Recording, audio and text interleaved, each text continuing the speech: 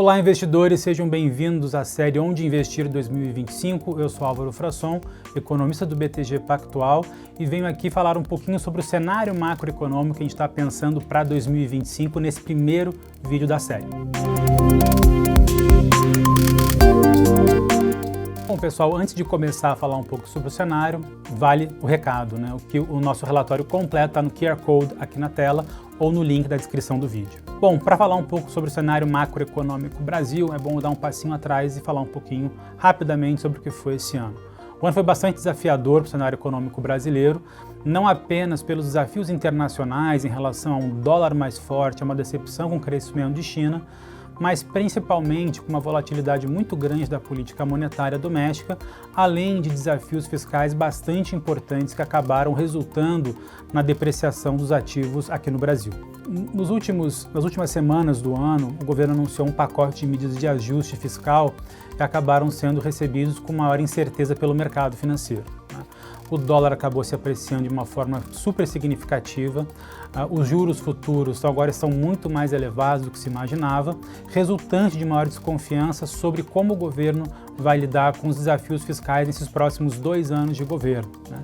E além disso, a gente tem uma troca da presidência do Banco Central, né, onde sai o Roberto Campos Neto e entra o Gabriel Galípolo, onde deve ter uma nova maneira de comunicar, né, a política monetária daqui para frente. O que é importante nesse cenário? Dada a incerteza econômica desse momento, é fundamental que o Banco Central seja mais independente o possível, que continue provocando, né, as decisões de alta de juros ou de queda de juros de acordo com a necessidade da política econômica daquele momento, né? Acho que para 2025 o que a gente está vendo é um ambiente de inflação mais elevada, né, mesmo com uma atividade que apresenta já alguns sinais de desaceleração. Acho que essa composição aqui ela é bastante importante ressaltar, porque ela traz um output menos positivo para a economia doméstica. Um ambiente onde a inflação é maior e a atividade está crescendo menos, isso significa que a gente vai precisar de políticas, tanto fiscais quanto monetárias, menos populares, mais amargas, para conseguir colocar as expectativas de inflação dentro da meta para ter uma condução econômica mais positiva. Essa condução econômica mais positiva, ela traria mais credibilidade, com isso o governo conseguiria se refinanciar com juros mais baratos ou mais baixos do que hoje ele consegue oferecer. Então acho que o resumo do cenário doméstico aqui no Brasil é um ambiente onde tem uma credibilidade que foi abalada nesse último ano por conta dos desafios fiscais e da transição da política monetária e que a partir de agora precisará, obviamente, recuperar essa credibilidade junto à sociedade, ou seja, fazer políticas que não necessariamente são mais populares, mas que sejam tecnicamente mais favoráveis para a estrutura econômica da economia brasileira no médio e longo prazo. Bom, pessoal, agora eu vou chamar o Arthur Mota, estrategista macro do BTG Pactual Miami, para falar um pouco mais sobre o cenário global de 2025. Bom, pessoal, como o Álvaro comentou, vou falar aqui sobre o cenário macro global para 2025. E assim como foi 2024, a bola da vez continua sendo a economia americana. Não só o crescimento segue sólido, sustentado por um consumo bastante exuberante das famílias americanas, que tem um cenário bastante confortável de balanço, né, com baixo endividamento ainda e com seus ativos se valorizando, sejam ativos financeiros ou ativos reais. E nesse sentido, né, somado a um mercado de trabalho extremamente construtivo, a gente vê um cenário aí de continuidade desse crescimento. Tá? A economia cresceu aí próximo de 2,8 em 2024, a gente ainda vai saber, né, o número final. Para 2025, algo como próximo de 2,2, eventualmente até 2,5, então um cenário aí de crescimento acima do potencial por mais tempo, tá? E obviamente não só o crescimento vai ser a bola da vez, mas o novo governo vai ser aí o que vai demandar atenção por parte do mercado e também pelos agentes econômicos de uma forma geral, tá? O governo Trump, junto, né, com o Congresso dominado pelos republicanos, traz uma pauta parecida até com o que a gente viu ali no seu primeiro mandato: corte de impostos corporativos, naturalmente o favorecimento para as indústrias e para a economia doméstica americana, né, a pauta do American First.